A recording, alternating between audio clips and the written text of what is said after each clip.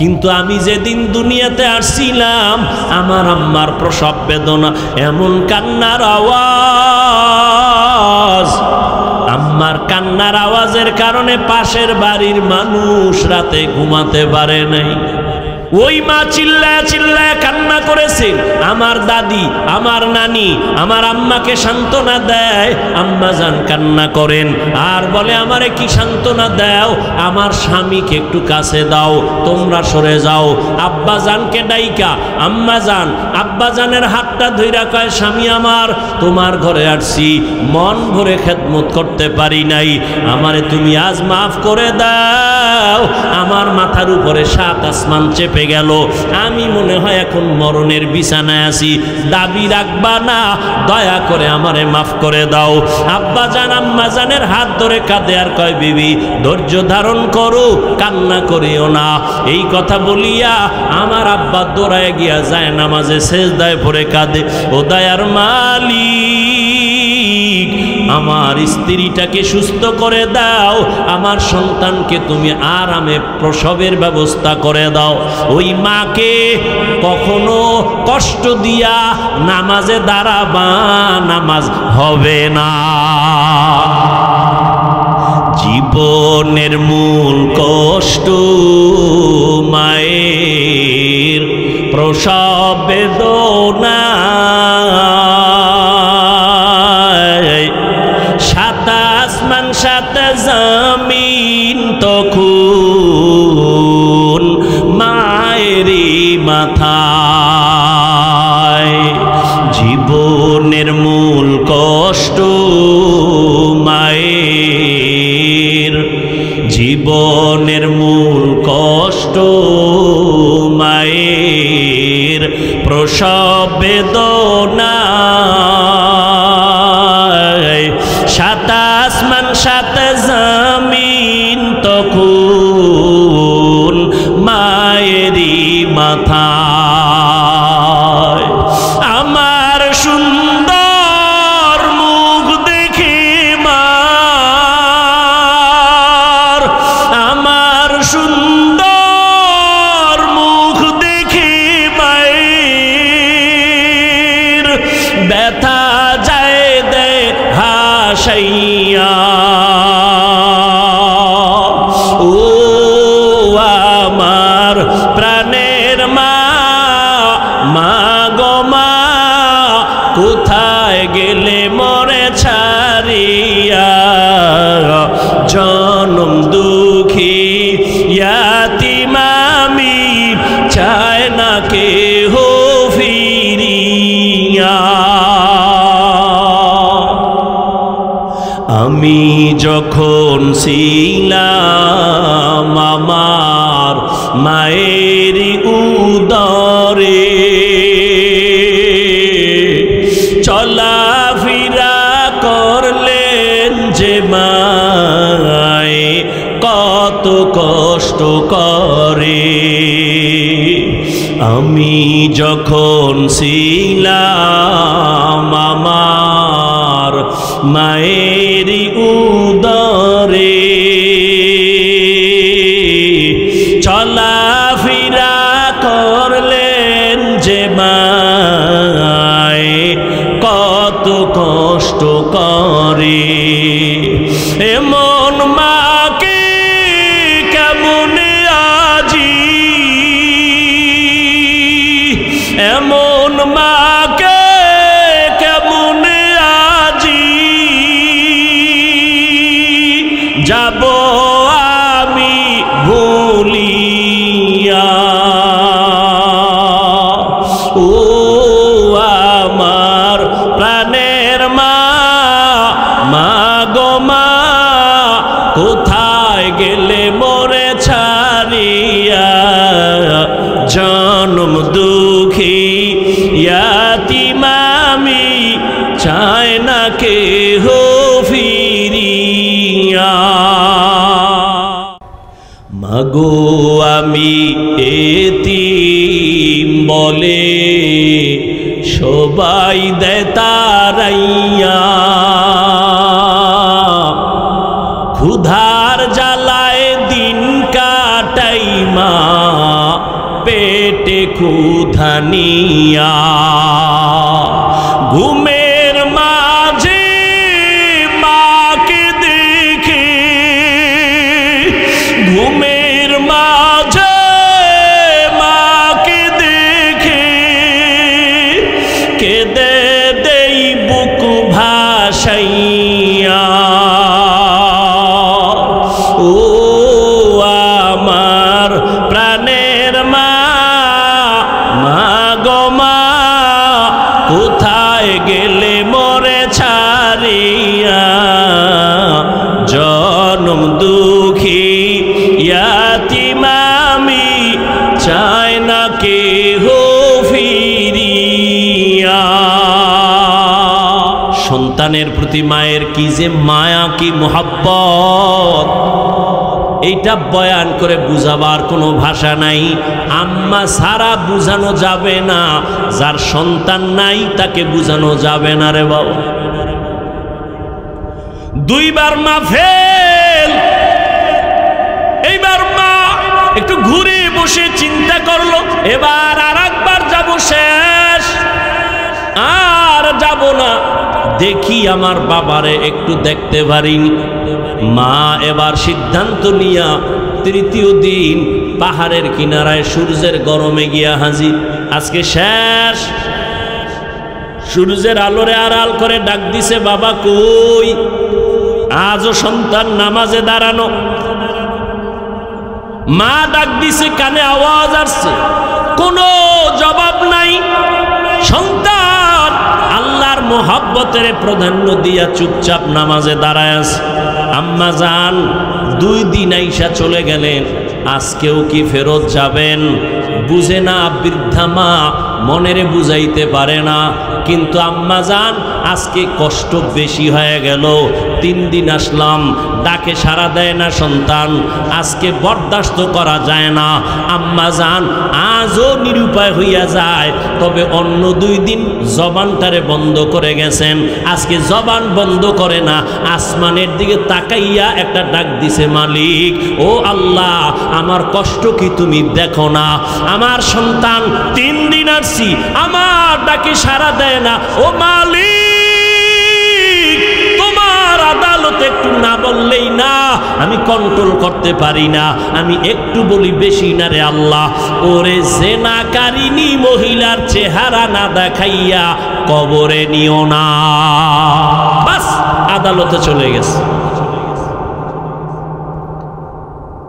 এই কথা কয় নাই জিনা করাইয়া নিও, শুধু কি বলছে, জেনাকারিনী মহিলার চেহারা দেখাইয়া নিও। এটা কি বর্তমানে কোনো গুনাই তো মনে করে না, যে সারা রাত মোবাইলে জেনা করে, চোখ দিয়া তাকায়া তাকায়া বেগানা দেখে, ওর কাছে তো এটা গুনাই না। আমরা বাধা দিলে আমগো দুশ্মন মনে করে। অথচ দর্শন, দর্শনের পরের ফাইনাল স্টেপ হলো ধর্ষণ, ধর্ষণের আগে হয় দর্শন। এজন্য ধর্ষণকে কন্ট্রোল করার জন্য দর্শনকে বন্ধ করো। বুঝে নাই, না বুঝলে না বুঝো, মাওলায় বুঝ না দিলে কি করার? তুমিও মুসলমান, আমিও মুসলমান, তোমার আল্লাহ আমার আল্লাহ 2 না 1? তোমার আমার নবী, কোরআন, কাবা, ধর্ম, কালেমা, দুনিয়াতে আসছি সিস্টেম। বিদায়বেলা কাফনের সংখ্যা হবে 3টা, তাও 1 কালার। হুজুরগো কালার আলাদা, আপনাদেরটা আলাদা না, সব এক। কবরের সাইজ, আপনাদের এলাকার কবর 1 হাত বড়, ছোট না সমান? কবরের প্রশ্ন 3টা, তাও নাকি আলাদা? আমাকেও যে প্রশ্ন, আপনাকেও সেই প্রশ্ন। একটু চিন্তা করেন তো, আপনিও মুসলমান, আমিও মুসলমান, আমি টুপি মাথায় না দিলে লজ্জা পাই, আর তুমি কেমন ভিআইপি মুসলমান, তুমি টুপি দিলে লজ্জা পাও। আমি দাড়ি কাটতে লজ্জা পাই, তুমি রাখতে লজ্জা পাও। আমি মসজিদে না ঢুকলে লজ্জা লাগে, তোমার ঢুকতে লজ্জা লাগে। আমি পর্দা না করলে লজ্জা পাই, তোমার পর্দা করতে লজ্জা পাও। স্বাস্থ্য বোনের লগে কেমনে হর্দা করে? চাস্তো ফুফাতো মামতো বোনের সাথে কেমনে সম্ভব? আকাম সম্ভব। আল্লাহর আইন মানা সম্ভব না।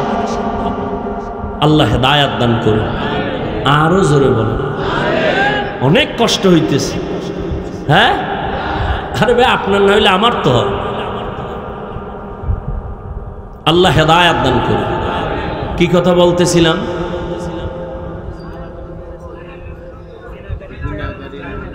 জিনাকারী মহিলার চেহারা না দেখাইয়া আমার ছেলেরে মরণ লাইগে গেছে। আর সে আজিমে ছেলে কিন্তু নামাজে দাঁড়ানো। বাকি অংশটুকু বলবো। এই পর্দার আড়ালের আম্মা জান, ভালো করে বুঝেন, এমন একটা সন্তান দুনিয়ায় রেখে যাবেন, ডাক্তার হইয়াও আপনার জন্য কোরআন পড়ে দোয়া করবে। এমন একটা সন্তানের মা হয়ে কবরে যাবেন, সন্তান ইঞ্জিনিয়ার হবে, কোরআন পড়ে পড়ে দোয়া করবে। ওই যুবক নামাজে দাঁড়ানো মায়ের ডাকে সাড়া দেয় নাই, মা জবান থেকে মালিকের কাছে কথা বলে চলে গেলেন। এলাকার মানুষ গর্ব করে, আমগো এলাকার এক বুজুর্গ যুবক এত সুন্দর ইবাদত করে, কোনো তুলনাই নাই। মায়ের বরদোয়া তো এটা তো কবুল হইয়েই গেছে। কেমনে কেমনে কবুল হইতেছে দেখতে থাকেন। এলাকার মানুষ গর্ব করে, আরে আমগো হুজুর কঠিন এক হুজুর, বড় ইবাদত করে, কঠিন ইবাদত। একজন ওই এলাকার সুন্দরী রমণী রূপসী, সেটা এত প্রশংসা করো কার? এক যুবক। যুবক তা তো টিকবে না। কেন? বলে আমারে দেখলেই ফেল।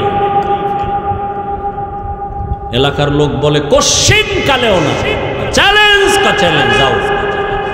এইবার মহিলা চলে গেল পাহাড়ের উপরে। পাহাড়ের উপরে যাইয়া ওই বেপর্দা নারী সুন্দরী রূপসী যুবকের দেখে। যুবক নামাজের মধ্যে দাঁড়ানো। যুবতী ওই নারীটা সুন্দরী রমণী যুবকের সামনে দাঁড়ায় গেল। যত অপকৌশল পড়ার দরকার সব কৌশল করিয়াও দেখে যুবকের নজরটা ওই যুবতীর দিকে একবারও যায় না। সর্বশেষ ওই মহিলা ফেল ব্যর্থ হইয়া নিচে চলে আসলো। আর মায়ে কইছিল জেনাকারিনী নারীর চেহারা না দেখায় মরণ দিও না। এই মহিলা কি করছে? পাহাড়ের নিচে নাইমা পার্শ্বে এক এলাকা, চেটিয়াল খোলা ময়দান, বকরির রাখাল ওখানে দাঁড়িয়ে আছে। সেও সুদর্শন এক সুপুরুষ। ওর সাথে যাইয়া জেনা করে ফেলছে। জেনা করে ওই মহিলার গর্ভে বাচ্চা চলে আসলো।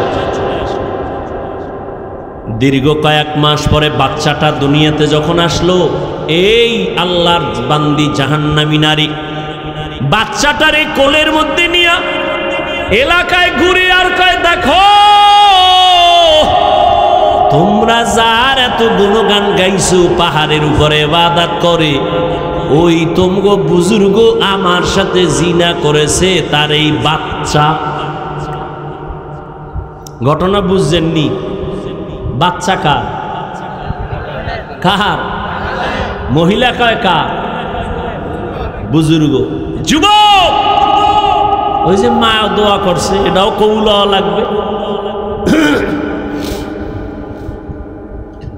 জেনাকারিনী মহিলা যখন বলল, তোমাদের প্রশংসিত সেই আবেদ বুজুর্গ যুবকের এই বাচ্চা জিনা করেছে, মানুষ তো তালে তালে লাফায়, তলার খবর নেয় না, তদন্ত করে না। লাঠি লয়া দৌড়ায় গেল সবাই। এত কলিজার আপন, কলিজার মোহাব্বতের আমাদের বুজুর্গ, আজ এই অপমান বরদাস্ত করতে পারি না। কয়েকজন তাজা মানুষ গিয়া তার ইবাদত খানাটারে ভেঙ্গে ফেলল। হঠাৎ একজন গিয়া বুজুর্গ যুবকের গায়ে যখন একটু টাচ করলো, যুবক বলে আমি আল্লাহর গোলাম, আমার গায়ে টাচ করছো কেন বলো, তারপরে টাচ করো, আগে বলো কেন। বলে আপনি নাকি জিনা করেছেন, এত গর্ব করেছি আপনাকে নিয়ে, আপনি নাকি জিনা করেছেন। কোথায়? বলে আমগো এলাকার সুন্দরী নবনী বাচ্চা পর্যন্ত তার কোলের মধ্যে চলে আসছে। আল্লাহর বান্দা যুবক আবেদ বলে আল্লাহর জাতের কসম আমি অপরাধ করি নাই, জিনা করি নাই। কয় আপনি বলতে পারবেন নি মহিলার সামনে? বলে পারবো, নিয়ে আসো। এবার মায়ের দোয়া কবুল হইতেছে, জিনাকারিনীর চেহারা না দেখায় কবর দিও না। যুবক ইবাদতে লিপ্ত, এলাকার মানুষ বলে এই নারী ওই বুজুর্গের সামনে দাঁড়ায় বলতে পারবি নি? কয় বলবো। কয় চল। পাহাড়ের পাদদেশে এলাকার অনেক মানুষ সহ ওই মহিলা বাচ্চা নিয়ে দাঁড়ানো। এবার একজনে ডাক দিছে, আসেন আমরা সব রেডি। মহিলা বাচ্চা নিয়ে আসছে, আপনি নিচে নেমে আসেন। ওই যুবক নিচে নজর করে দেখে অনেক মানুষ, সুন্দরী মেয়ে বাচ্চা নিয়ে দাঁড়ানো।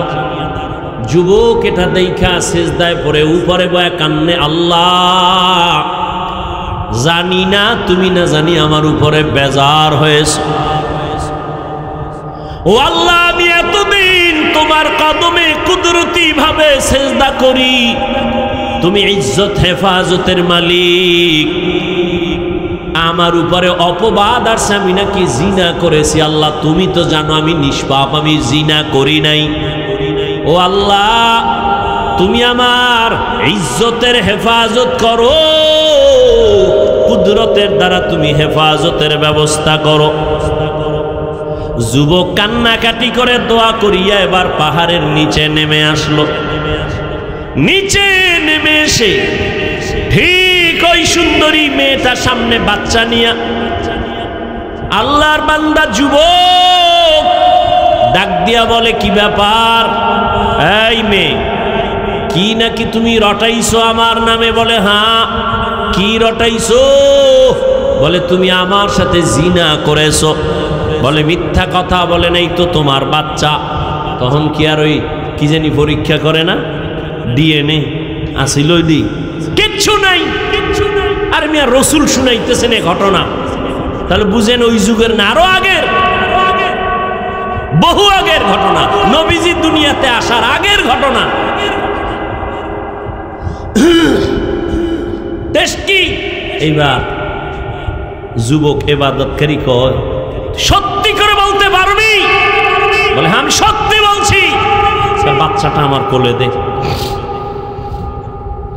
যুবক আল্লাহর গোলাম ওই অসভ্য জিনাকারিনী মেয়েটার বাচ্চাটা নিজের হাতের মধ্যে নিয়ে মনে মনে আমার মাওলাকে একটা ডাক দিছে। ডাক দিয়ে আল্লাহ তুমি হক জাহের করে দাও।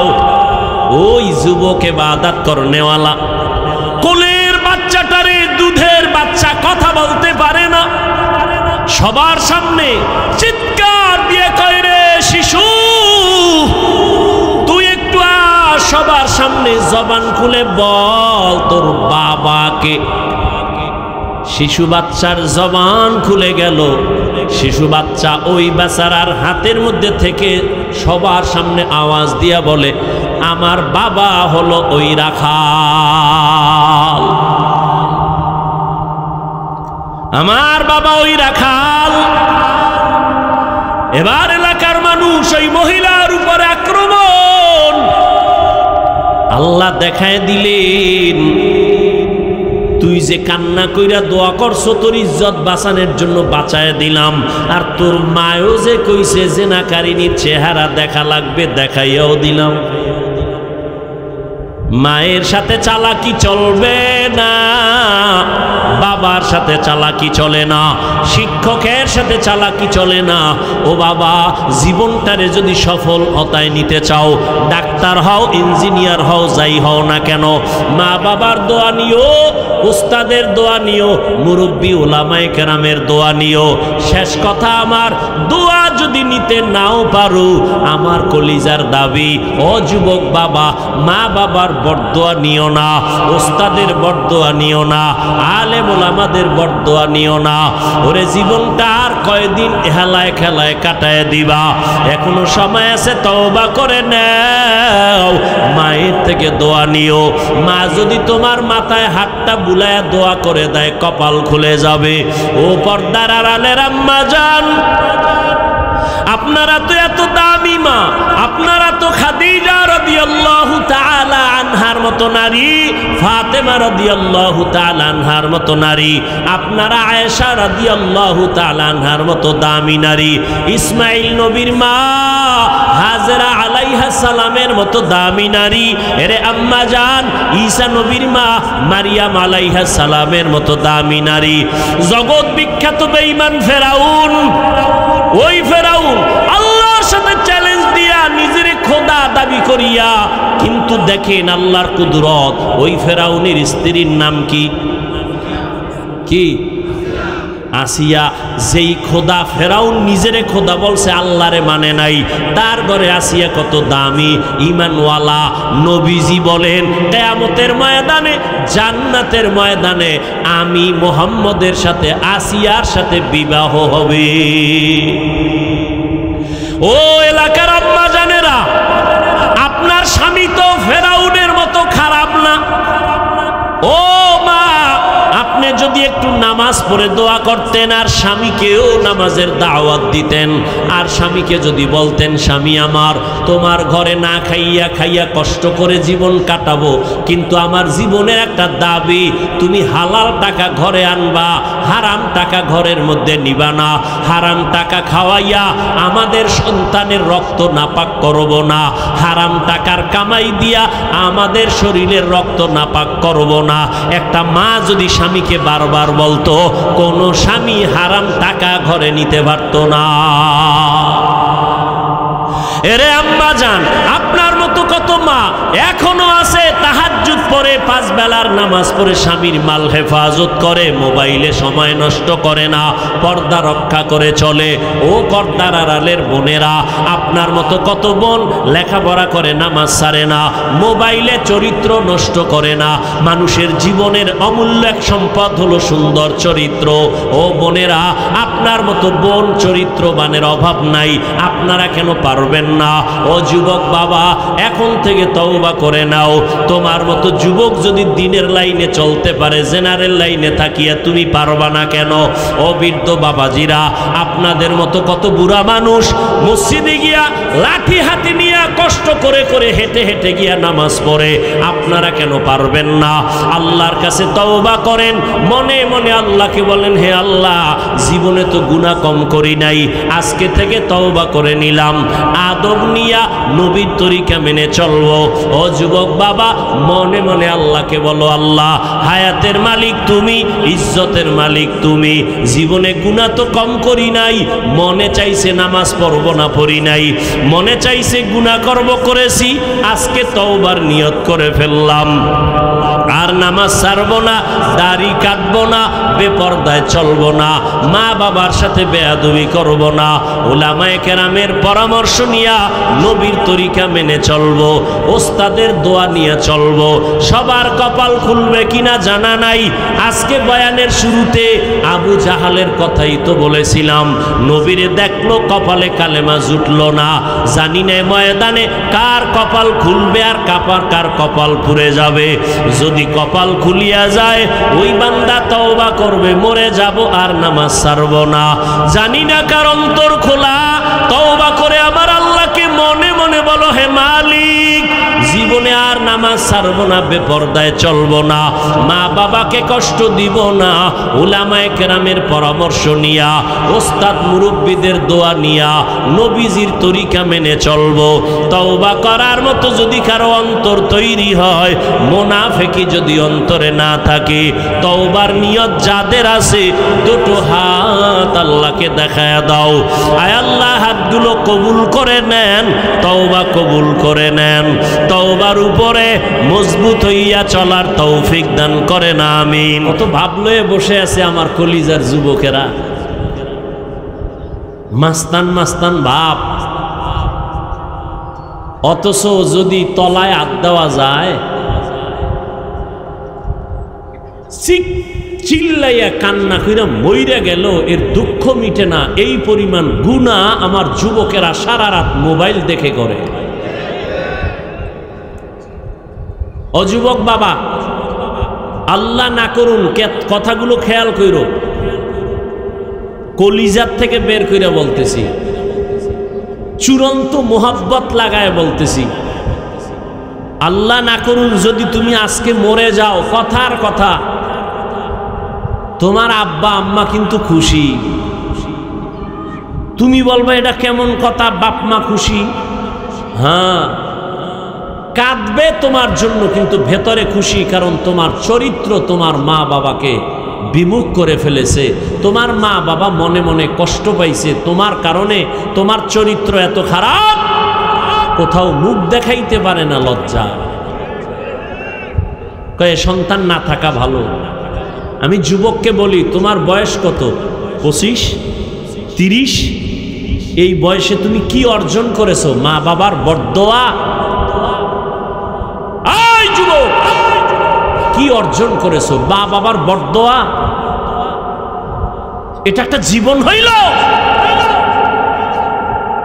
তুমি মরে গেলে শিক্ষক খুশি, কারণ যেই বেয়াদবি করো শিক্ষকের সাথে, তোমার এটা জীবন। তুমি একবারও কি চিন্তা করছো যে আমার কপাল এত খারাপ কেন? কারণ কি? যে আমি মরে গেলে আমার শিক্ষক খুশি, কারণ আমি বেয়াদবি করেছি। হুজুরেরা খুশি, কারণ তাদের সাথে আচরণ ভালো করি নাই। জীবনে কি অর্জন করলাই 30 বছরে? সবার বরদোয়া। অথচ তোমার মতোই তো যুবক জেনারেল লাইনে পড়ে, কথার আগে সালাম দেয়, আজান হলে মসজিদে দৌড়ায়। ও পারে, তুমি পারো না কেন? অবশ্যই তোমার কপালে কারো অভিশাপ লেগেছে, তোমার উপরে আল্লাহ বেজার। সারা রাত গুনাহ করে করে চেহারাটাকে নষ্ট করে ফেলেছ। চেহারার দিয়ে তাকাইলে মায়া লাগে না কেন? 40 বছর পর্যন্ত, আমি তো চ্যালেঞ্জ দিয়ে বলি, 40 বছর পর্যন্ত চেহারার উজ্জ্বলতা নষ্ট হবে না। তোমার 25 বছরে চেহারা নষ্ট কেন? তাকাইলে মায়া লাগে না কেন? উজ্জ্বলতা নাই কেন? তোমার তো কোনো পাউডার ক্রিমের দরকার নাই। আল্লাহ যেভাবে বানাইছেন 40 বছর পর্যন্ত চেহারাটা ফ্রেশ থাকবে, কোনো মেডিসিন লাগবে না। 25 বছরে চেহারা নষ্ট কেন? তোমার চেহারার উজ্জ্বলতা নাই কেন? পৃথিবীর কেউ জানে না, আমার আল্লাহ জানে। সারা রাত গুনার কারণে তোমার চেহারার নূর আল্লাহ নিয়ে গেছে। আল্লাহ আমার প্রত্যেকটা কলিজার টুকরা যুবককে হেদায়াতের দৌলত দান করেন। অথচ রসুল কি বলে গেছেন? মক্কা নগরীর মানুষ চরিত্রহীন, লম্পট। এদিকে আমার আব্বা নাই, মা হারাই আমি অসহায়, চতুর্মুখী দুশ্মন। ঠিক সেই সময় বুড়ারা আমার বিরোধিতা করেছে, যুবক আমার উপকার করেছে। যুবকেরা নবীর কি করেছে? উপকার। বুড়ারা বিরোধিতা করছে। আবু জাহাল নবীর দুশ্মন বুড়া, উতবা নবীর দুশ্মন বুড়া, আবু লাহাব নবীর দুশ্মন বুড়া, আর যুবক নবীর উপকারার্থে এসে হাজির। 11 বছর বয়সের যুবক রসুলের হাতে হাত লাগায়, কয় ইয়া রাসূলুল্লাহ, কালেমার রশি গলায় লাগাইলাম, মৃত্যু হলে এই অবস্থায় মৃত্যু হবে। 11 বছরের আল্লাহর বান্দা এসে নবীর হাতে হাত লাগায় দিলেন। নবীর রক্তের আপন চাচাতো ভাই হযরতে আলী। এতদিন ছিলেন চাস্তো ভাই, এখন সাহাবী, কিছুদিন পরে হবেন জামাতা। 11 বছর, কেউ বলছেন 8 বছর, আবার একটু আগে বলছি হযরত ওমর কয় বছরে গেলেন, একটু আগে না বলছি 27 বছর। ও যুবক বাবা, তোমার দ্বারা রসুলের আদর্শের কি উপকার হয়েছে? একটা যুবক দাড়ি রাখছে, তুমি কি তাকে সাহস দিছো? ভাই মাশাআল্লাহ দাড়ি রেখেছো, আলহামদুলিল্লাহ, দোয়া করিস আমিও রাখবো। তুমি তা বলছো, তুমি উল্টানা মারছো। এই তুই দাড়ি রাখছো, বয়স কত? 26। বুজুর্গ হয়ে গেলি এত তাড়াতাড়ি? বাস বাস একটা দিয়ে দিস, উপকার করছে। যুবক, এখানে আমি নিজের মনে করি, আপন হিসাবে বলি, কোনো বেয়াদবি নিবা না, যুবকদের বলি, দাড়ি কাটলে অনেক অনেক বয়ানে নিয়ে ইচ্ছারম করছি জীবনে। আজকে শুধু আধা মিনিটে একটা পয়েন্ট বলবো, আর বলবো না। সেটা কি? দাড়ি কাটো আর ছাড়ো, পরকালের শাস্তি, দুনিয়ার শাস্তি, সব বয়ান আজকে না। একটা পয়েন্ট, দাড়ি কাটলে ছাড়লে যৌবন থাকবে না। এটা ভালো করে লিখে রেখো।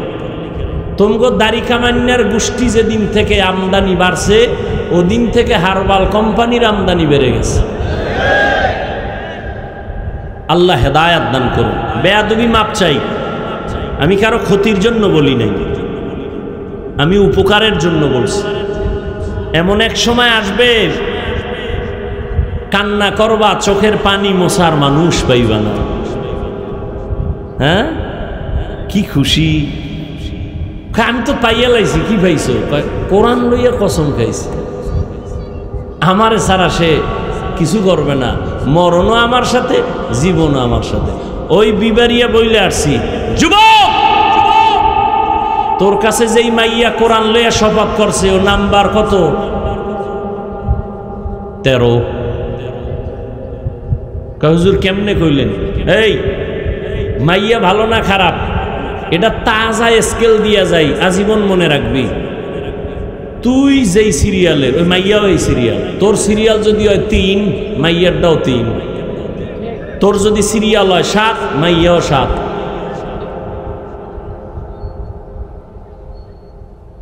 আল্লাহ হেদায়াত দান করুন। চরিত্র ধ্বংস করে ফেললো এই মোবাইল। আল্লাহ পাক বলেন, যারা আমাকে পাওয়ার প্রচেষ্টা চালায়, আমি তার সামনে অনেকগুলো রাস্তা খুলে দেই। ওয়া ইন্নাল্লাহা লামাআল মুহসিনিন, আমি আল্লাহ মুহসিনদের সাথেই থাকি। পয়গম্বর বলেন, মান তাওয়াযা লিল্লাহ রাফাআহুল্লাহ, যে ব্যক্তি আল্লাহর সন্তুষ্টির জন্য নিজেকে ছোট মনে করবেন, আল্লাহ তার মর্যাদা অনেক উঁচু বানায় দিবেন। নিজেকে যদি বড় বানাতে চাও হে মুমিন, বড়দের কদমে নিজেকে করে দাও বিলীন। मिटा दो अपना हस्ती को अगर कुछ मर्तबा चाहो कि दाना खाक में मिलकर गुले गुलजार होता है। অহংকার বড় মনে করি কেন? আমার এলেম বেশি, টাকা বেশি, এই বেশির তো কোনো ভ্যালু নাই। আমি বড় বক্তা, বড় বক্তা বলে কত বড়, কত বড়? যত বড় তুমি হও, বাংলাদেশের খতিবে আজম সিদ্দিক আহমদ রহমাতুল্লাহ আলাইহির 1000 ভাগের 1 ভাগ হতে পারবা না। তুমি বড় মুফতি সাহেব, কত বড় মুফতি, যত বড় তুমি মুফতি হও, হাটহাজারীর পার্শ্বে মেখল মাদ্রাসার বাণী মুফতি আজম মুফতি ফয়জুল্লাহ রহমাতুল্লাহ আলাইহির 1000 ভাগের 1 ভাগ তুমি হতেই পারবা না। কে সে মুফতি ফয়জুল্লাহ? ইন্তেকালের সময় অসুস্থ হয়ে গেছেন, আলেম ওলামা পাশে বসে আছেন। ডাক্তার আইসা টেলিস্কোপ যন্ত্র একটা মাথা কানে লাগায় আর একটা বুকে লাগায়, চিৎকার দিয়া বেহুশ। হুশে আসার পরে বলে, রে ডাক্তার, চিল্লাইয়া বেহুশ হয়ে গেছো কেন?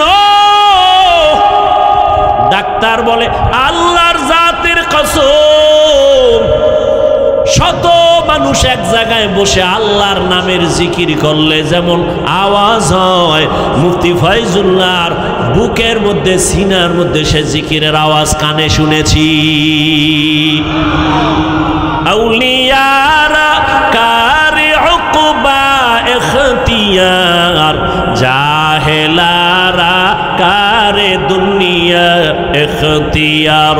মাইলে মোমেন সোয়ে মোমেন মিশাওয়াত, মাইলে কাফের সোয়ে কাফের মিশাওয়াত। এজন্য নবী বলেন, নিজের ছোট মনে করিও, আল্লাহ মর্যাদা বাড়াবেন। নবীর মতো দামি আর কে আছে? মুফতি ফয়জুল্লাহ রাহমাতুল্লাহ আলাইহি কেন, সব মুফতিয়ানে কেরাম, মুফাসসিরিনে কেরাম যদি এক পালায় দেই, সাহাবায়ে কেরামের সমান হবে না, তারা আরো বড়। কয় সাহাবায়ে কেরাম কত বড়, রহমতুল লিল আলামিনের সাথে তুলনাই হবে না। নবী কত বড়, আমার নবী কত বড়। নবী আসার আগে বিধর্মীরা সেই বয়ান করে নবী কত বড়, নবী আসার পরেও বয়ান চলে। কানে আওয়াজ আসতেছে না, মনিটর কই? মনিটর কই? মনিটর দিবা না? আমারে কষ্ট দিয়ে তোমার লাভ আছে? মরাডারে মারো কেন, কয় লড়ে কেন?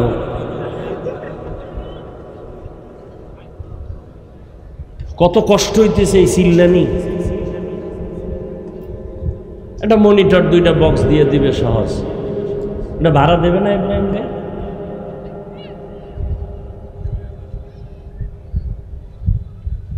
এত সহজ বয়ান করা। ডাক্তারেরা আমাকে কোনো ঔষধই দিতে চায় না, যেই টের পাই আমি ওয়াজ করি, হবে না।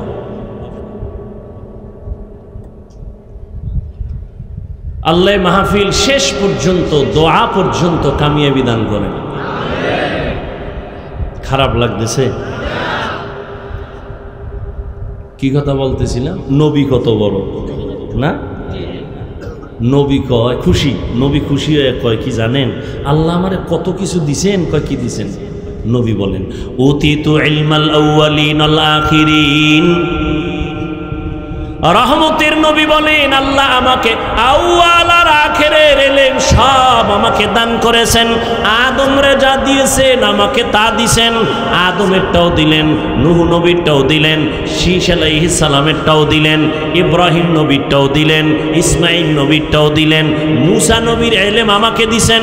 সব নবীদের ইলম আমাকে দান করেছেন। নবী বলেন, আমি খুশি। আল্লাহ কয়, দিছি তো আমি, কি পরিমাণ দিছি এটা না আমি জানি। আল্লাহ কয়, আমি কি দিছি জানেননি? মা উতিতুম মিনাল ইলমি ইল্লা কালিলা।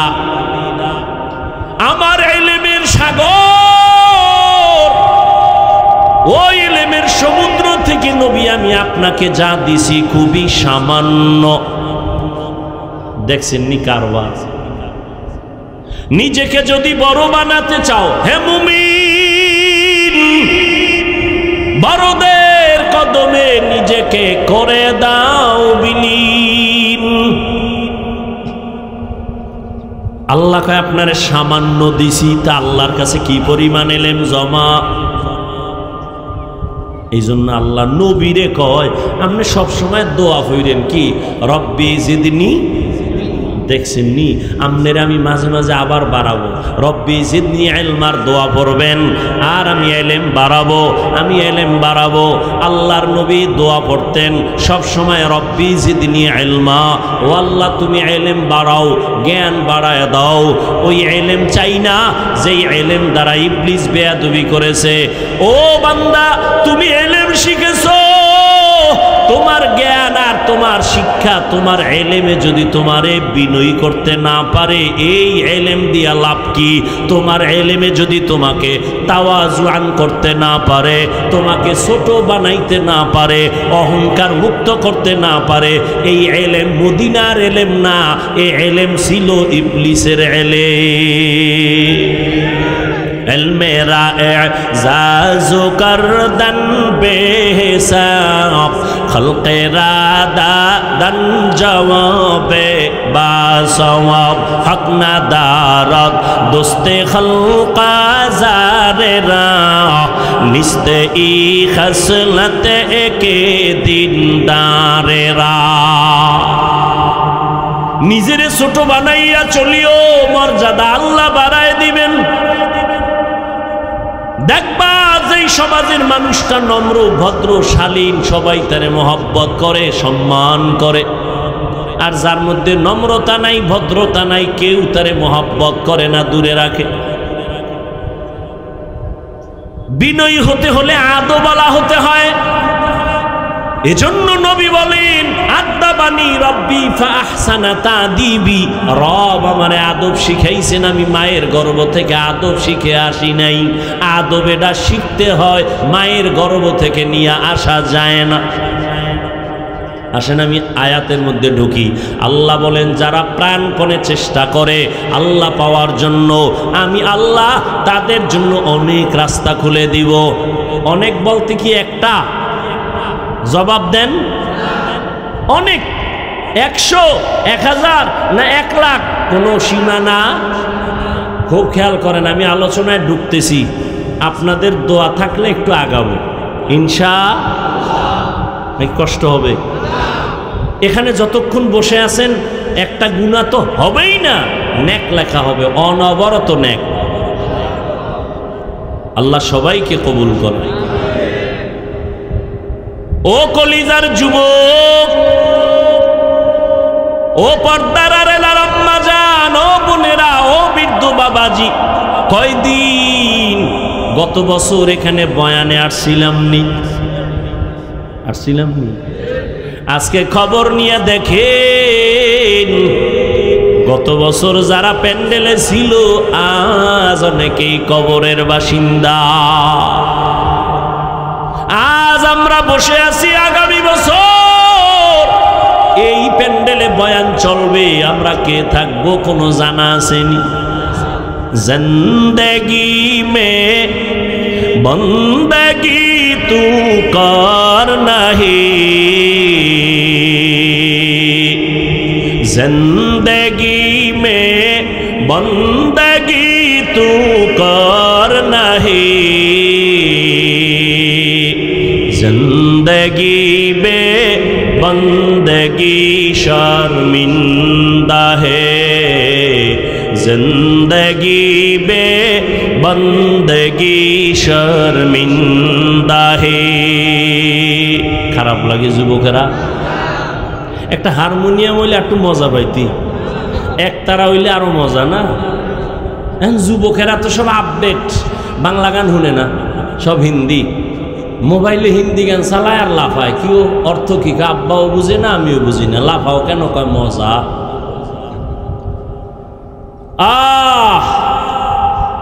এরে যুবক, ঘুমের ঘরেও তো কত যুবকের মরণ হয়, হয় না? হয় না? এই চিন্তা যদি করতি যে ঘুমের মধ্যে আজরাইল আসতে, যদি চিন্তা করতি গানের তার কানের মধ্যে লাগায় ঘুমাইতি না। ও মুসলমান বাবা, তুমি গানের তার কার লাগাইয়া ঘুমাও, আজরাইল এসে যদি দেখে তোমার কানের মধ্যে গানের তার লাগানো, মুসলমান হিসাবে চিন্তা করো কবরে গিয়া কি জবাব দিবা। আমার কথায় তো আর ফিরবি না। হেদায়েতের মালিক নবীও না, কে? মান ইয়াহদিল্লাহু ফালা মুদিল্লা লাহু ওয়া মান ইউদ্লিল ফালা হাদিয়া লাহু। আল্লাহ যাকে হেদায়েত দেন কেউ তাকে ধ্বংস করতে পারে না। ও যুবক বাবা, আমার বয়ানে ফিরবা কোনো গ্যারান্টি নাই, তবে একটু আবদার করি মাঝে মাঝে পারলে একটু তোমার ডিউটির বাইরে, তোমার ডিউটি বাদ দিয়া না, তোমার শিডিউলের বাইরে আমার একটা আবদার মাইনো মাঝে মাঝে। সেটা কি? তুমি সারা রাত মোবাইলের ডিউটি যখন শেষ কইরা ঘুমাবা, ডিউটি শেষ, এখন কি ঘুম, ঠিক ওই সময় মোবাইলে সার্চ দিবা কোরআন তেলাওয়াত, দেখবা মক্কা মদিনার ইমাম হাজির। এইবার মোবাইলে তেলাওয়াত চালু কইরা বালিশের পাশে মোবাইলটা রাইখা আস্তে ঘুমায় যাও, শুনতে শুনতে ঘুমাও। আমার দিল বলে একদিন দুদিন এক সপ্তাহ যদি শুনো, নিজে কানে ধরে বলবে আর গান শুনবো না, চোখে পানি চলে আসবে কোরআনের আকর্ষণ। দুনিয়া মে হো দুনিয়া কা তলবগার না হো, बाजार से गुजर हो खरीदार न हो, दुनिया में हो दुनिया का तलबगार न हो, बाजार से गुजर हो खरीदार न हो, ये दुनिया एक मिसल कागज फूल है, ये दुनिया एक मिसल कागज फूल है, जिंदगी में बंदगी तू कर नहीं, जिंदगी में बंदगी तू कर नहीं, जिंदगी बे बंदगी शर्मिंदा है, जिंदगी बे बंदगी शर्मिंदा है। খারাপ লাগে? আরো শুনবি? সত্যি? তাহলে নিয়ত কর যে এডি শোন। বহু আল্লাহর বান্দা কলিজা দিয়া কত সুন্দর নাশিদ পড়ে, গজল গায়, গায় না? এই যে জুবায়ের কি সুন্দর স্টেজে এক সময় পিচ্ছি ছিল, আজকে দেখি বড় হয়ে গেছে, মাশাআল্লাহ, মাওলানাও হয়ে গেছে, আলহামদুলিল্লাহ। কি সুন্দর কণ্ঠ, কে দিছেন? আল্লাহ কবুল করেন, ওর আব্বা আম্মাকেও কবুল করেন, আল্লাহ দিনের খাদেম বানায় দেন, বিনয়ী আদবওয়ালা জিন্দেগি দান করেন। ইহা হাম সব মুসাফির দিল না লাগা,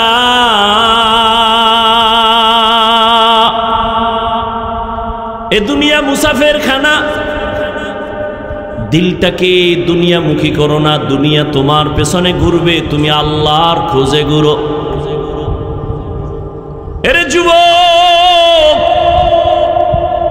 ভালো করে বুঝো, আল্লাহ বলেন যারা আমাকে পাওয়ার জন্য চূড়ান্ত ভাবে চেষ্টা করে আমি রাস্তা খুলে দিব, একটা না অনেক।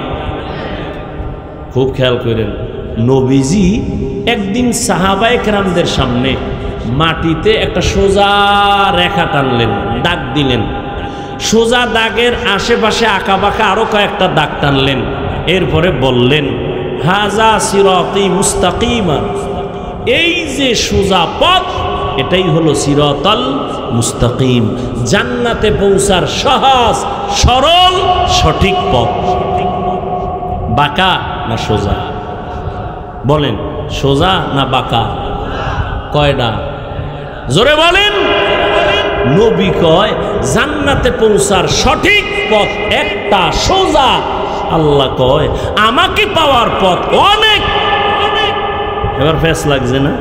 নবী কয় একটা, আল্লাহ কয় অনেক। সমাধান কে দিবে? DC, SP, chairman. কিয়ামত পর্যন্ত ইসলামী শরীয়তের সব বিষয়ের সমাধান দিবে একমাত্র উলামায়ে আহলে হক। আল্লাহ বুঝার তৌফিক দান করেন। সমাধান কি? সমাধান হলো, আমি এটা আরো আগেও অনেক জায়গায় বলছি, আপনাদের হোমনা থেকে অথবা ধরেন ঢাকা চট্টগ্রাম যাইতে বিশ্ব রোড আসেনি কয়টা? একটা। কয়টা? বিশ্ব রোড একটাই হয়। কয়টা হয়? কিন্তু বিশ্ব রোডে ঢুকার জন্য ডানে বামে আরো রোড আছে না নাই? শাখা রোড একটা না অনেক? হ্যাঁ, রহমতের নবী বলেন জান্নাতে যাওয়ার বিশ্ব রোড সিরাতুল মুস্তাকিম। আর আল্লাহ জি বলছেন অনেক পথ, এগুলো হলো বিশ্ব রোডে ঢোকার জন্য শাখা রাস্তা। কয় যেমন আবু হানিফা রহমাতুল্লাহ আলাইহির একটা রাস্তা বাতানো, ইমাম মালিকের আর একটা রাস্তা, ইমাম শাফিঈ রহমাতুল্লাহ আলাইহির আলাদা আর একটা রাস্তা, ইমাম আহমদ বিন হাম্বল রহমাতুল্লাহ আলাইহির আলাদা আর এক রাস্তা। কিন্তু পেরেশান হওয়ার কিছু নাই। ইমামে আবু হানিফার রাস্তায় যদি দৌড় দাও, সামনে গিয়ে দেখবা সিরাতুল মুস্তাকিমের সাথে লাইন লাগানো। ইমাম মালিকের রাস্তা দিয়ে যদি দৌড় দাও, সামনে গিয়ে দেখবা সিরাতুল মুস্তাকিমের সাথে লাইন লাগানো। ইমাম আহমদ বিন হাম্বলের রাস্তা দিয়ে যদি দৌড় দাও, সিরাতুল মুস্তাকিমের সাথে লাইন লাগানো। এক কথায় তারা সবাই আহলে সুন্নাত ওয়াল জামাতের অনুসারী। এদের পথ দিয়া যদি আগাইতে থাকো, সিরাতুল মুস্তাকিম দিয়া জান্নাতে পৌঁছতে পারবা। লাকাদ জানাল বিলাদা ওয়া মান আলাইহা ইমামুল মুসলিমিনা আবু হানিফা। আবু হানিফা বুধ ইমামে বাসফা, আসে রাজে উম্মতানে মুস্তফা। তাহলে আল্লাহ পাওয়ার রাস্তা অনেক। আমার কাম কি? খেয়াল করেন, আমি বয়ান কিন্তু গুছাই নিতেছি। আমার কাম কি? আল্লাহ রাস্তা খুলে দিবেন অনেক। আমার কিছু করণীয় নাই। কি? চেষ্টা। বলেন কি?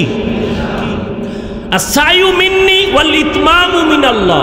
বান্দার কাজ চেষ্টা করা, পরিপূর্ণতাকে দিবেন? আল্লাহ দিবেন। খুব খেয়াল করেন, এখন চেষ্টা যে করবে, সবাই চেষ্টা করে। অনেকে নামাজ নাই, টুকটাক পড়ে, কয় আল্লাহর কাছে অনেক চাইছি, চেষ্টা করি পারি না।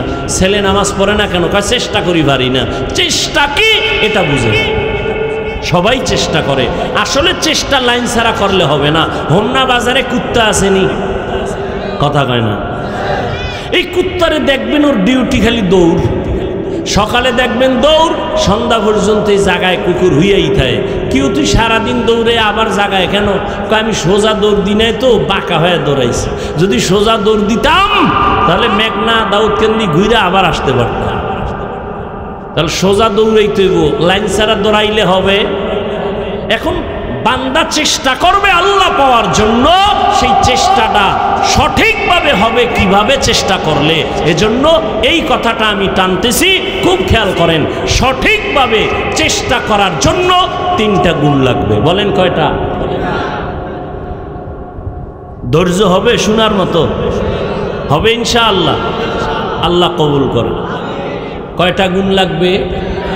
কি জন্য? সঠিক চেষ্টা করার জন্য। যে করবে 3 গুণ নিয়ে চেষ্টা করবে, ওয়াল্লাহি আল্লাহর কসম, সে দুনিয়াও শান্তি মুক্তি, আখেরাতে বিনা হিসাবে জান্নাত। কয় গুণ? প্রথম গুণের নাম আদব। বেয়াদব কিয়ামত পর্যন্ত দৌড়াইলো ও ওর মূল জায়গা খুঁজে পাবে না। বেয়াদবকে আল্লাহ চেষ্টায় ব্যর্থ করে দিবেন। 1 নাম্বার গুণ কি? আদব। একটু আগেই বলছি, এতক্ষণ আমার আলোচনা চলতেই ছিল, বিনয়ী হও, আদবালা হও। নবী বলেন আদব আল্লাহ আমাকে শিখাইছেন। আদবের আর এক নাম সুন্নত। আদবের আর এক নাম কি? আমরা মনে করি বড় হুজুরের সামনে, মুরব্বীদের সামনে নতজানু হইয়া বসা আদব না। যেই জিনিস যেই জায়গায় রাখা প্রয়োজন, ওখানে রাখার নাম আদব। যেই কথা যেই জায়গায় বলার নিয়ম, ওই নিয়ম অনুযায়ী ওখানে ওই কথা বলার নাম আদব। কারণ আমি যদি খেয়ে আমার চিননি কি, আমি বড় বক্তা, আমি বড় মাওলানা, মুফতি, সবাই বলবে না অহংকারী? বুঝেন বুঝেন, বলবে না? আচ্ছা, এখন হোমনা মসজিদে ইমাম নিবে, কি নিবে? ইমাম নিবে। ইন্টারভিউ হয়নি? কথা বলেন না কেন? মানে ইন্টারভিউতে বড় বড় আলেম বয়া রয়েছে টেবিলে, ভাই আপনি কি পড়ছেন? এখন যদি বিনয়ী হয়ে কয় না হুজুর কিছুই করিনি, আমি কিচ্ছুই, আমার ইলম নাই, আমল নাই, কিচ্ছু নেই, এটা আদব? কথা বলেন। ওখানে ইন্টারভিউর টেবিলে এটা বলা আদব? তাহলে যেখানে যেই কাজ করার নিয়ম, যে কথা বলার নিয়ম, ওখানে ওই প্রয়োগ করা এর নাম আদব। সেই ক্ষেত্রে হাঁটার মধ্যে আদব আছে, কথার মধ্যে আদব আছে, চোখের চাহনির মধ্যেও আদব আছে। এই যে হাত পা নাড়াচাড়া করি, এখানেও কি আছে? আদব আছে। যার আদব নাই ওই বান্দা কোনদিন চেষ্টা করেও সীমানায় যেতে পারবে। লিকুল্লি শাইইন জিনাতুন ফিল ওয়ারা ওয়া জিনাতুল মারই তামামিল আদাবি আজ খোদা খা হি মে তৌফিক আদব বে আদব মাহরুম গাশত আজ ফজলেরা। রাষ্ট্র পরিচালনা করেন একজন ব্যক্তি, বড় বুজুর্গ, নাম হলো সুলতান মাহমুদ গজনবী। সুলতান মাহমুদ গজনবী একদিকে রাষ্ট্র চালায়, রাজনীতিবিদ নেতা, অন্যদিকে তাহাজ্জুদের মুসাল্লার বুজুর্গ। নাম কি? সুলতান মাহমুদ গজনবী। ইন্তেকালের পরে তার আপনজনকে স্বপ্ন যোগে জিজ্ঞাসা করা হলো কবরের কি হালাত? বলে আলহামদুলিল্লাহ, আল্লাহ কবরে আমারে মাফ করে দিয়েছেন। কি আমলের বিনিময়? বলে এমন বড় কোনো আমল না, একটা ছোট আদো বলা কাজের কারণে আল্লাহ মাফ করেছে। কিসের কারণে মাফ করছেন? ছোট্ট একটা আদো বলা কাজ। কি সে কাজ? সুলতান মাহমুদ গজনবী বলেন, আমি রাষ্ট্র পরিচালনার ক্ষেত্রে এদিক থেকে সেদিক আমি যাত্রা করতাম। কোথাও যাওয়ার পথে একদিন রাতের বেলা গভীর আমি যাত্রা বিরতি করলাম।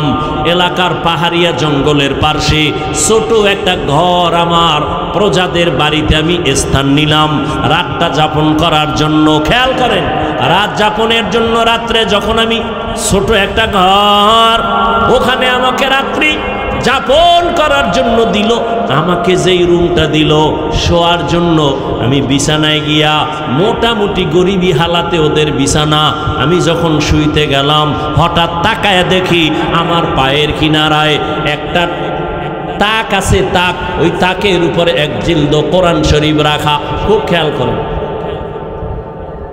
তাকের উপরে এক জিলদ কোরআন। শুয়া হঠাৎ কোরআন শরীফ দেখে বসে পড়লাম। চিন্তা করলাম আমি এখানে আরামে ঘুমাবো আর কোরআন শরীফ পায়ের কিনারায় উপরে থাকবে, এটা কেমন কেমন লাগে। তো কি করি, মনে মনে ভাবি কোরআন শরীফটা অন্য রুমের মধ্যে রেখে আসি, আমি এখানে একটু আরামে ঘুমানোর জন্য। আমি এবার বসা থেকে উঠে গেলাম, উঠিয়া তাকের থেকে কোরআন শরীফটা হাতের মধ্যে নিলাম অন্য রুমে রাখার জন্য। আমি এক কদম দু কদম দিয়ে যখন হাঁটতেছি হঠাৎ করে আবার থমকে দাঁড়ায় গেলাম। দিলের মধ্যে একটা বাড়ি লাগলো।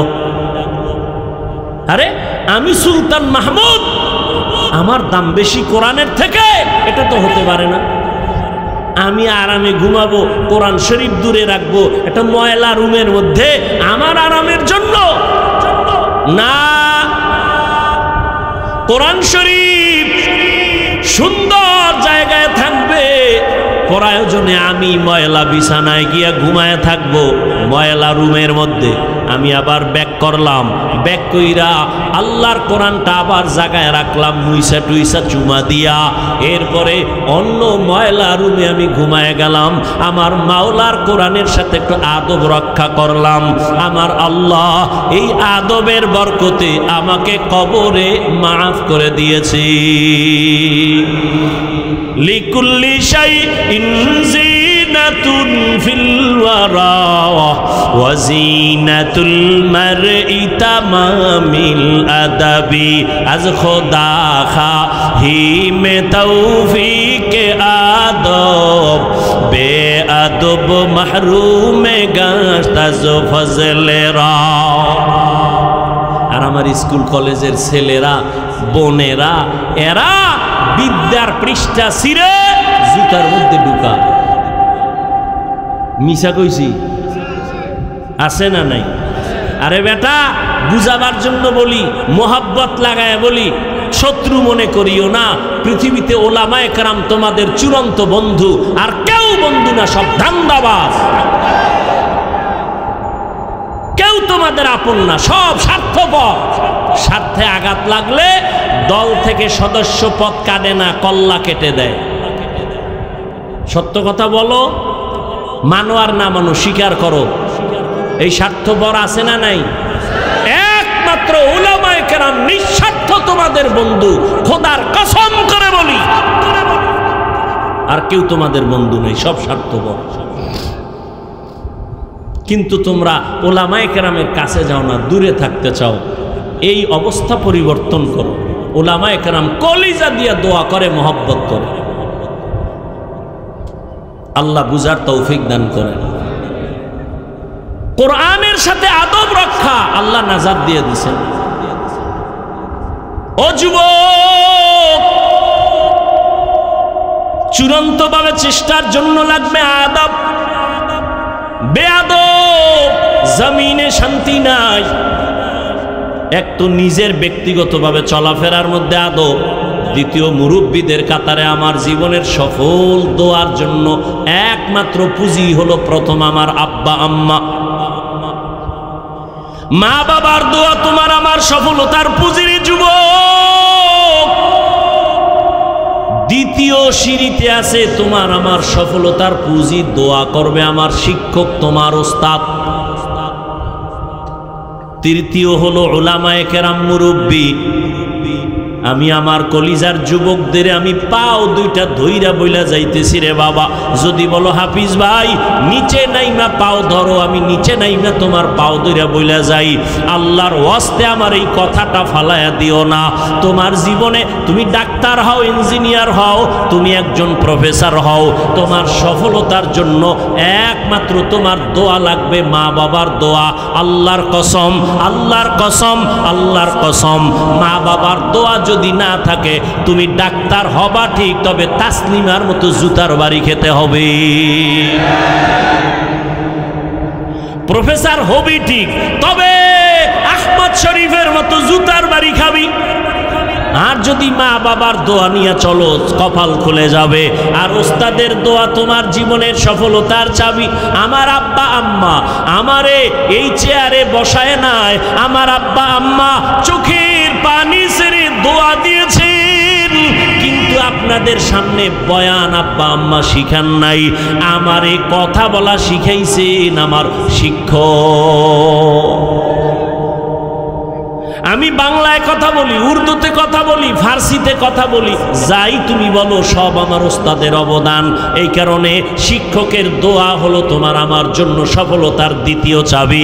আর তৃতীয় চাবি হলো তোমার আমার সফলতার জন্য উলামায়ে কেরাম, আমার মুরব্বীদের দোয়া। যুবকদেরকে আমার জীবনের একটা চূড়ান্ত বয়ান, ও যুবক, জীবনে পারলে মা বাবার দোয়া নিও, যদি পারো ওস্তাদের দোয়া নিও, যদি পারো বাবা মুরব্বী উলামায়ে কেরামের দোয়া নিও। যদি একান্তভাবে মা বাবার দোয়া নিতে নাও পারো, আমার পায়ে হাত রাইখা বলি বাবা, মা বাবার বরদোয়া নিস না। যদি শিক্ষকের দোয়া নিতে নাও পারো, পায়ে ধরে বলে গেলাম শিক্ষকের বরদোয়া নিবি না, কারণ মা বাবার বরদোয়া একটা আগুন, শিক্ষকের বরদোয়া একটা আগুন। আল্লাহর কসম করে বলি, মা বাবার বরদোয়া যদি কপালে লেগে যায়, মরার আগে চাকার তলে তোর মাথা ঢুকে যাবে, টের ভাবি না। রাস্তায় বহু পাগল দেখি, শীত বাড়তেছে পাগলও বাড়তেছে, কিন্তু পাগল আশ্চর্য পাগল, ইংলিশে টকিং করে। আর এক পাগল দেখি একদিন রাস্তায় আরবি, অনর্গল আরবি বলে। আমি বললাম, কিও পাগল, তুই পাগল হই আবার কোন জায়গায় গিয়ে আরবি শিখলা, ইংলিশ শিখলা? না, কোথাও শিখে নাই। খুঁজা খুঁজা ভাবলাম ইংলিশ শিখলো কই, হঠাৎ করে অন্তরে জবাব আইছে, ও পাগল হইয়া ইংলিশ শিখে নাই, আরবি শিখে নাই, বরং মাদ্রাসার ভালো ছাত্র ছিল, বেয়াদবির কারণে পাগল হয়ে গেছে। স্কুল কলেজের ভালো স্টুডেন্ট ছিল, শিক্ষকের সাথে বেয়াদবির কারণে রাস্তার পাগল হয়ে গেছে। মা বাবার দোয়া নিস, যদি না পারো পায়ে ধরে বলে গেলাম অন্তত বড় দোয়া নিস না। ও যুবক বাবা, শিক্ষকের দোয়া নিও, যদি না পারো অন্তত দাবি রইল বড় দোয়া নিও না। আগুন ওলামায়ে কেরামের বড় দোয়া আগুন। এই যত আকাম যত ঝামেলা দেখতেছো সবগুলো আলেমদের সাথে বেয়াদবির ফলাফল। হারামগো হোমনার মুসলমান নাকে তেল লাগায় ঘুমায়, স্বাধীন হয়ে গেছে দেশ। কি হয়েছে? আর ওদিকে ঢাকার শহরে কিছু কিছু আম্মা জানেরা সাংবাদিক সম্মেলন করে। তারা কারা? কয় আমরা দেহ ব্যবসা করতাম, আমগো অধিকার ফেরত চাই, আমরা দেহ ব্যবসা করে খাবো। তুমি নাকে তেল লাগায় ঘুমাও। মুসলমান নাকে তেল লাগায় ঘুমাতে পারে না। মুসলমান একবার না, মুগ্ধ কেন আবু সাইদ? কেন মুসলমান আল্লাহর জন্য, কোনো দলের ক্ষমতায় উঠাবার জন্য আর নামানোর জন্য নয়, ইসলামের জন্য, কালেমার জন্য, দ্বীনের জন্য মুসলমান একবার না বারবার জীবন দিবে। তৈরি থাকতে হবে। মুসলমান নাকে তেল লাগায় ঘুমাবে স্বাধীন। উলামায়ে কেরাম কোরআনের বয়ান করবে, বেনামাজি সুদখোর থেকে অনুমতি লাগবে না যেদিন। মুসলমান সন্তানেরা নাকে তেল লাগায় ঘুমাবে স্বাধীন। এদেশের প্রত্যেকটা মসজিদের কমিটিতে বেনামাজি সুদখোর থাকবে না যেদিন। শিয়ালের হাতে মুরগি দিয়া কয় 3 দিন আমানত। শিয়াল পণ্ডিত কয় দোয়াও চাই, মাফও চাই, জিন্দা কেন মরাও ভাইতি না। শিয়ালের হাতে মুরগি দিলে যা হবে, সুদখোর বেনামাজির হাতে ধর্মের চাবি দিলে তাই হবে। একটু রাজনীতি করলাম না? রাজনীতি চিনো, দুর্নীতি চিনো, পেটনীতি চিনো, রাজনীতি চিনো না। আল্লাহর কসম করে বলি, পৃথিবীতে রাজনীতির শ্রেষ্ঠ কিতাবের নাম কোরআন শরীফ। আর কয় কোরআনে রাজনীতি নেই। রাজনীতি চিনো?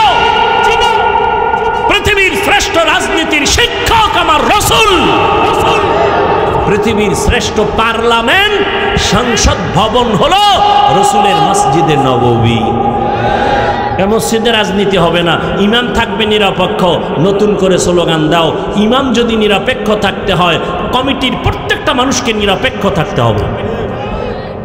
কমিটি যদি দুর্নীতি, রাজনীতি, ফ্যাটনীতি করে, ইমাম সাহেব মাইক লাগাইয়া ইসলামের রাজনীতি করবে। কোরআনের রাজনীতি নাই। যত জুতা আছে সব জুতা নিব যদি প্রমাণ দিতে না পারি। কোরআনের রাজনীতি নাই। হ্যাঁ, আপনি পেট নীতি আর ধান্দাবাজি করেন, এডি কোরআনে নাই। এখন বলবেন হাফিজ ভাই কই আছে? আপনার সুন্দর একটা পরামর্শ দিয়া যাই, বালিশে মাথা লাগাই এটা শুনেন। এই বাংলা তো পড়তে পারেন আলহামদুলিল্লাহ, আপনারা নেতা টেতা যারা আছেন। সুলাইমান বিলকিসের ঘটনা আছে না? পুরাটাই রাজনীতি। ওই বাংলা তর্জমাটা পড়েন, টের পাইবেন রাষ্ট্রনীতি কাকে বলে। ইউসুফ নবী জুলাইখার ঘটনা আসেনি? পুরাটা রাষ্ট্রনীতি। একা একা বাংলা বইরে টের পাইবেন রাজনীতি কারে কয়।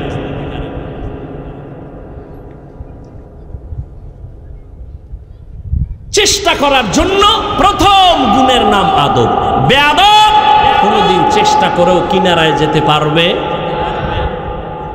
তাহলে আদব, দোয়া, বিনয়ী হওয়া, এটা মায়ের গর্ভ থেকে নিয়ে আসে না, এটা শিখতে হয়, অর্জন করতে হয়। এজন্য লাগে দোয়া। দোয়ার সব থেকে বড় পুঁজি মা বাবা। কে ভাই? দ্বিতীয় পুঁজি ভুলে গেছেন? শিক্ষক। তৃতীয় পুঁজি ওলামায়ে কেরাম, মুরব্বী। কষ্ট না হলে আমি একটা উদাহরণ টানব। কি না জুতা গুছাইতেছে? কার জুতা লয়ে যান? আগাবার একটু সামনে। 12:30 বাজে। যুবকদের জন্য একটা ঘটনা বলি, আমি মোনাজাতের দিকে যাব। আদব কত বড় কঠিন পুঁজির নাম। এক যুবক আল্লাহর মোহাব্বতে রেডি হয়ে গেল ইবাদতের জন্য, সব সময় আল্লাহর মোহাব্বত নিয়ে ইবাদত করে। এই যুবক বাবা, তোমার মতো যুবক জীবনে মাদ্রাসায় পড়ে নাই, স্কুলে পড়ে, কলেজে পড়ে, চাকরি করে, ব্যবসা করে, 5 বেলার নামাজ পড়ে আসেনি। তুমি বাবা তোমার একটু জিজ্ঞাসা করো, তুমি কেন পারো না? তোমার মতো যুবক রাস্তায় গাড়ি চালায়, তুমি কেন পারো না বাবা? না, রাস্তায় গাড়ি চালায়ও নামাজ ছাড়ে না, ময়দানে কৃষিকাজ করে নামাজ ছাড়ে না, র্যাব আর্মি পুলিশ বিডিআরের চাকরি করে নামাজ ছাড়ে না, দোকানদারি করে শাটার টেনে নামাজে গিয়ে দাঁড়ায়। বলো বাবা তুমি কেন পারো না? আমি তো তোমাকে হুজুর বানাবার জন্য বয়ানে আসি নাই, আমি একবারও বলি নাই, এখনো বলবো না যে পাগড়ি লাগাও, তসবিহ লাও, জিকির করো, একবারও বলবো না।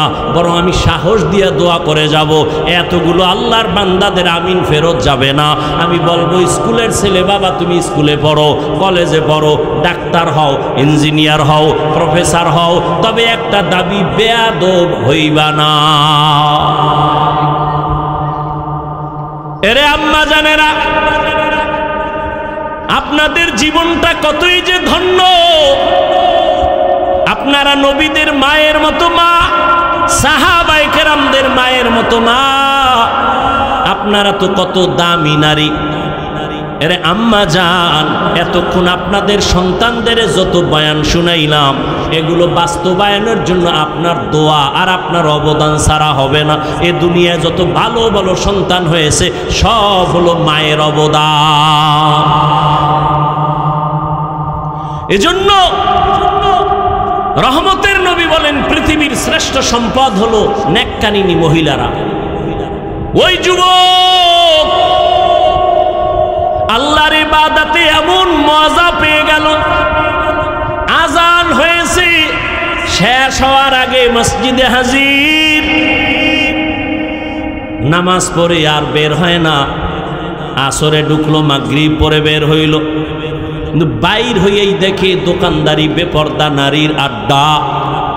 যুবক একদিন সিদ্ধান্ত নিল, এই এলাকায় আর থাকবো না, ইবাদত কইরাও ঝামেলা, গুনাহ হয়ে যায় অনিচ্ছায়। এখন আমি এমন একটা নির্জন জায়গায় যাব যেখানে গিয়া একদিন আমি আল্লাহর ইবাদত করব। বাড়ির পাশে দূরে একটা জঙ্গল, পাহাড়। যুবক নিরিবিলি ইবাদতের জন্য ওই পাহাড়ের চূড়ায় গিয়া একটা সুন্দর ঘর বানাইয়া ওখানে থাকে, ওখানে ইবাদত করে। আর বাড়ি আয় না, ঘরের মধ্যে বৃদ্ধা তার কলিজার মা। কে? মা। সন্তান ইবাদতে মশগুল, বাড়ি আসে না। মায়ের অন্তর ছটফট করে, বাবার চেহারাটা যদি একবার দেখতে না পারি মনটা ভালো লাগে না। কেমনে সন্তানের দেখবো? সন্তান তো ইবাদতখানায় পাহাড়ের উপরে, আমি বুড়া মহিলা পাহাড় বেয়ে উপরে উঠতেও পারবো না। কি করি কি করি ভেবে ভেবে একদিন সিদ্ধান্ত নিল, আমি একা একা হেঁটে হেঁটে আমি আমার সন্তানের একটু এক নজর দেখার জন্য যাব। এই সন্তান দেখো, মায়ের অন্তরে কি মোহাব্বতের আগুন।